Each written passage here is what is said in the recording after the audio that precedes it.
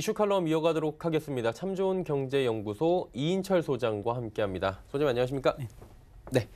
한미 간의 정상회담이 있었습니다. 트럼프 대통령 만나고 왔고요. 존 볼턴도 만나고 왔고 사실 이번 회담에 대해서 가신 다음에 대통령께서 100% 모든 걸 해결할 것이다라고 보는 국민들은 아마 없었을 것 같고요. 어쨌든 무언가가 나오기를 기대했던 것 같은데 어떻게 보십니까? 일단 1박 3일이라는 일정이 좀 짧았고요. 네. 그리고 시장에 기대했던 것처럼 사실 갈 때는 청와대에서 얘기하기를 그동안은 이제 all or nothing, 뭐 아니면 도가 아니라 이번에는 꽤 괜찮은 딜. 그래서 good enough deal이라는 다소 이제 전반적인 제재 틀에 내에서 포괄적인 이 비핵화 로드맵에 합의를 하면 적어도 단계적으로 좀 이행하자라는 우리안, 중재안이 좀 먹히지 않을까 기대감이 있었어요. 근데 워낙에 트럼프 대통령은 손님을 초청해 놓고 자기 의지만을 그대로 심어 놓는, 그래서 북한 가서 얘기 한번 들어보고 그걸 나한테 전해달라. 우리가 또 숙제를 안고 왔다라는 느낌입니다. 어쨌든 트럼프 대통령의 의중은 빅딜을 고수하고 있습니다. 그러면서 이제 물론 빅딜 원칙 속에 이제 스몰 딜을 언급을 했지만 그 스몰 딜이라는 게 인도주의의 어떤 지원이지 지금 김정은 위원장이 원하고 있는 큰 틀의 어떤 제재가 아니다라는 거. 그리고 가장 이제 우리가 손쉽게 내놓을 수 있는 경협의 그 첫 단계가 바로 이제 금강산 관광 재개와 개성공단을 좀 푸는 문제, 재가동하는 문제였는데 이거 역시 트럼프 대통령은 노를 외쳤습니다. 그러다 보니까 사실은 지금 북한한테 우리가 과연 이달 말에 회담을 한다면 어쨌든 4차 남북 정상회담의 이제 틀을 조금 물꼬를 텄다라는 점에 대해서는 긍정적이지만 이런 제안을 과연 이 트럼프의 제안을 김정은 위원장이 받아들일 거냐. 굉장히 간격이 좀 커 보인다. 그러면서도 트럼프 대통령은 지금 스텝 바이 스텝을 외치고 있습니다. 한꺼번에 해결할 의사가 없다. 굉장히 장기전이 될 것임을, 돌입할 것임을 예고하고 있기 때문에, 그리고 이제 김정은 위원장 역시 지금 끝난 이 회의를 보게 되면 조금 자력갱생을 좀 강조하고 있어요. 그쵸. 그러다 보니까 장기전에 좀 대비하고 있는 게 아니냐. 물론 미국의 심기를 건드리기 위해서 핵무장을 다시 한다 이런 용어는 뺐습니다만 어쨌든 주식시장이 예견하는 것처럼 큰 틀의 합의는 없었다라는 점이 좀 아쉽습니다.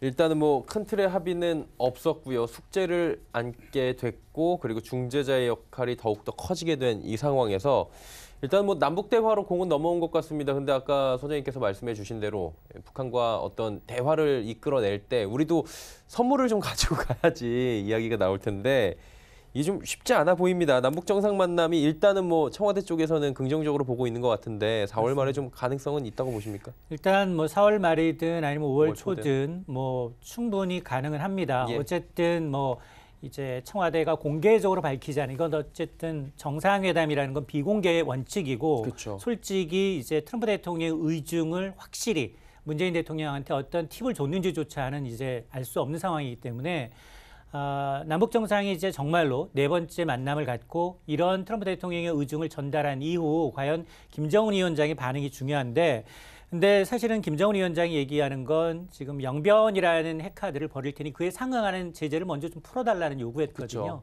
그런데 트럼프 대통령 플러스 알파 모든 걸 일괄적으로 다 오픈하기 전까지는 제재 하나는 없다라고 이제 완강하기 때문에 과연 그런 트럼프 대통령의 입장을 과연 문재인 대통령이 얼마나 이제 중재할 만한 이 김정은 위원장이 수용할 만한 카드를 받아왔는지를 좀 봐야 되는데 그거는 이제 남북 정상회담을 보고 난 이후에 김정은 위원장이 이제 공식석상에서 이제 답변하면서 좀 알려질 것 같은데 어쨌든 저는 지금 10일에 있었던 북한의 노동당 이제 중앙위원회 회의를 보게 되면 당시에 보면 이제 자력갱생을 25번이나 언급하면서 김 위원장이 굉장히 전략투쟁을 강조하고 있어요. 그러면서 미국이 요구하고 있는 비핵화 조치 없이도 어떤 이런 제재 국면을 정면 돌파하겠다는 의지를 좀 보여주고 있기 때문에 아무리 이제 문재인 대통령이 중재자, 촉진자 역할을 한다 하더라도 선뜻 이제 이 트럼프 대통령과 그리고 김정은 위원장의 이제 3차 만남이 쉽게 이루어질 수 있겠느냐.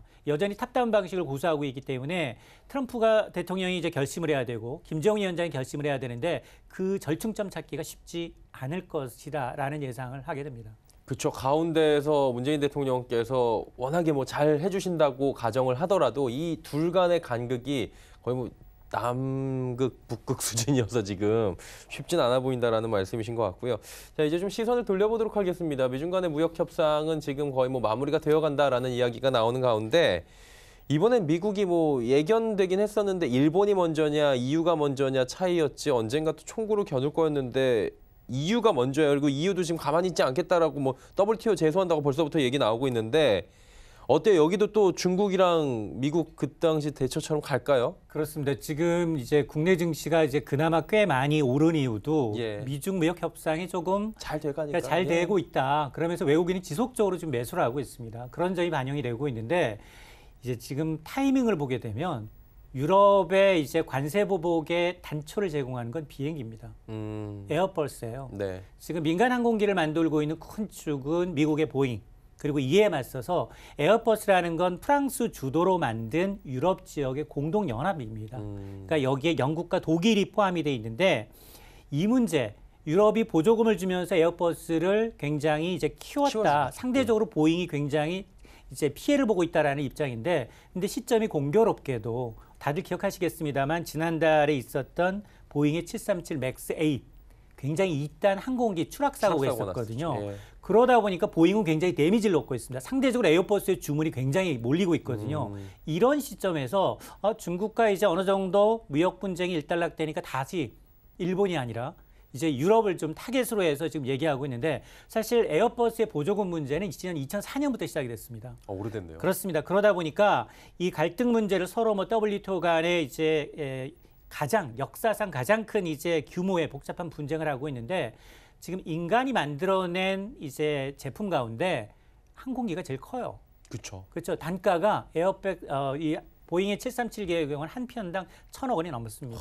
그러다 보니까 지금 미 무역 대표의 경우에는 무역법 301조를 근거로 해서 총 EU산 한 110억 달러 규모의 제품에 대해서 항공기를 무기로 해서 제품에 대해서 추가 관세를 물리겠다라고 이제 으름장을 놓고 있는데 여기에 보게 되면 이제 관세 부과 대상으로 지금 프랑스, 독일, 스페인, 영국에서 생산된 여객용 헬리콥터나 이제 여객용 항공기 외에도 EU 이제 28개국 아직은 이제 영국이 빠져나가지 않았기 때문에 28개국에서 생산된 해산물, 농산물, 의류, 공산품, 원자재까지도 관세 대상 품목에 이름을 올리고 있습니다. 그러니까 이거는 굉장히 타겟으로 해서 비행기를 타겟으로 해서 전 EU산 제품에 대해서 공격적으로 제2의 타겟을 중국에서 EU로 옮기겠다는 의도거든요.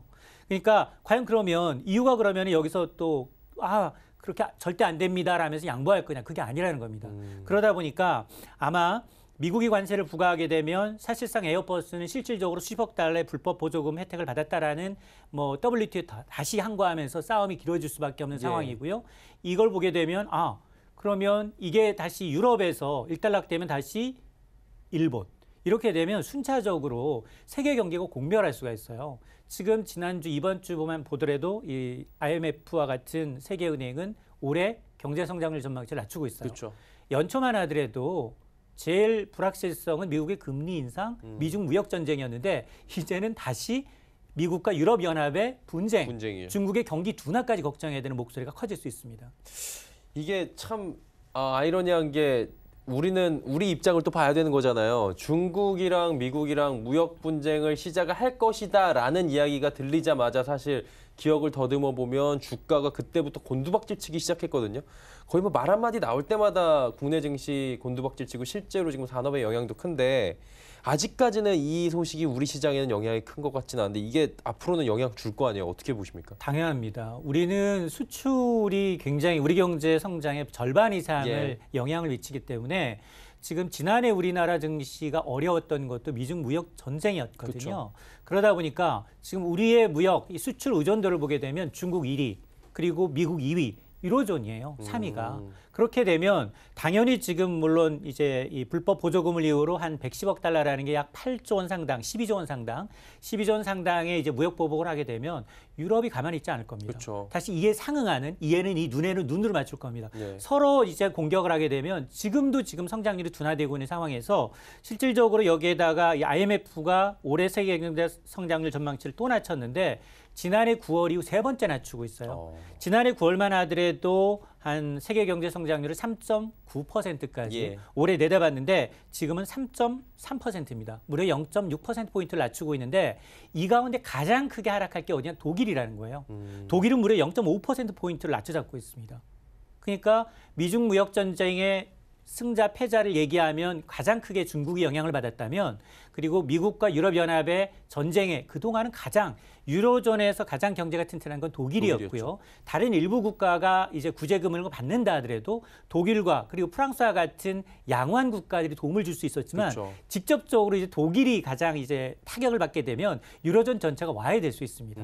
그러다 보니까 만에 하나 이 유럽 경제 대국인 독일의 성장 전망이 실제로 IMF처럼 0.5%포인트 이상 많이 떨어지게 된다면 우리도 피해 나갈 수가 없고요. 실제로 이런 조짐은 지금 증시에서는 나타나고 있지 않지만 수출로는 나타나고 있어요. 관세청의 통계를 보니까 지난달 1일부터 20일까지 수출입 통계를 보게 되면 우리가 한국에서 유로존으로 수출하는 게 1년 전과 비교하면 18% 줄었어요. 많이 줄었네요. 그렇습니다. 그러니까 보통 수출이 한 자릿수 내외로 줄었는데 네. 유로존 수출은 2배 이상 줄었다라는 건 이런 것들이 반영이 되고 있다는 겁니다. 아무래도 이제 뭐 유로존 하면 대장 국가는 소위 말해서 독일이다라고 모두가 알고 계시는데 그 탄탄한 지지 기반인 독일이라는 국가가 경제 성장률이 무너져 버릴 수 있는 지금 단초가 될 수 있다라는 부분인 것 같고요. 여기에 브렉시트도 지금 계속해서 얘기가 나오고 있는 게 뭐 노딜은 피했다라고 얘기가 나오는데 노딜도 지금 남아 있는 상황이고요.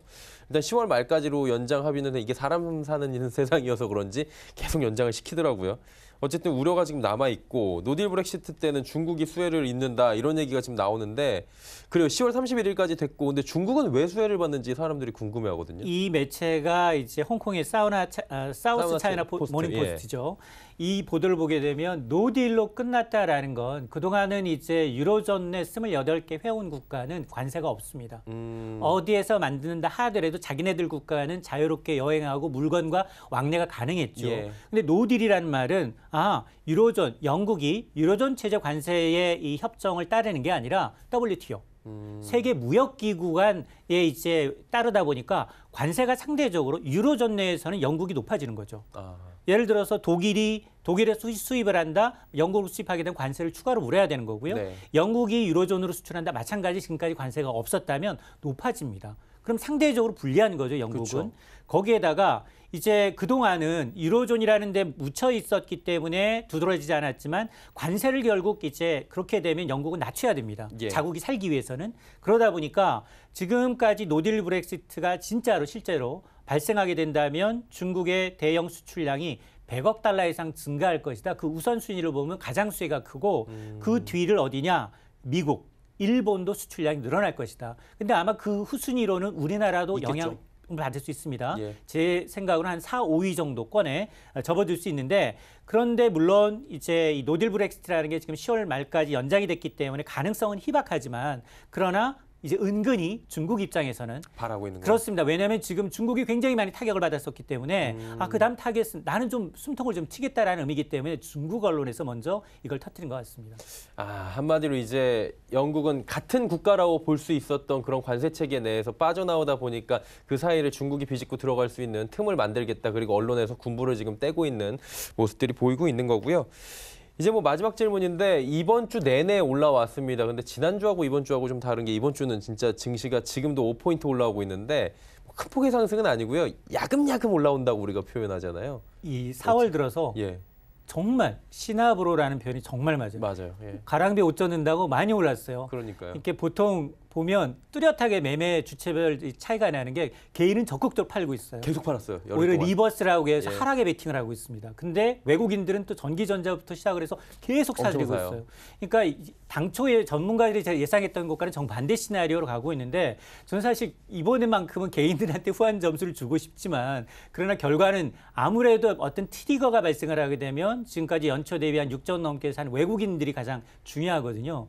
근데 이렇게 변수를 보게 되면 미중 무역 전쟁이 조금 완화되는 거, 무게 통화 정책이 다소 둔화되고 있다라는 건 긍정적이지만 예. 큰 그림에서 보면 경기가 둔화되고 있다는 거거든요. 불황형 흑자라는 얘기를 늘 우리가 얘기하는데 네. 지금 만에 하나 이제 이 어닝 시즌도 마찬가지거든요. 우리가 지금 기대치를 많이 낮춰놨기 때문에 커다랗게 크게 영향을 받고 있지는 않지만 네. 2분기 실적 전망도 그다지 속 좋지는 않아요. 근데 바로 다음 주부터는 미국이 바로 어닝 시즌에 돌입을 합니다. 맞습니다. 근데 미국도 어닝 시즌에 이렇게 내막을 좀 들여다보게 되면 S&P 500대 지수 기업들이 이 지난해와 비교해 보면 이익이 줄어들 것으로 보입니다. 뭐 우리처럼 두 자릿수는 아니다 하더라도 예. 4% 넘게 줄어들 것으로 보여서 과연 이제 이 종목별 차별화 현상은 좀 나타낼 수밖에 없는 상황이고요. 이러다 보니까 전반적으로 큰 그림에서 보면 단기적으로 조금 더 갈 수 있습니다. 왜냐하면 외국인이 이제 매수세가 워낙 왕성하기 때문에 예. 더 갈 수는 있겠지만 중장기적으로 경기가 계속해서 두달되는 조짐에서 추가로 가기엔 좀 어렵지 않겠느냐라는 생각이 듭니다. 이거 아무래도 이제 지금까지 워낙에 조금씩 올라온 측면이 커서 다음 주부터는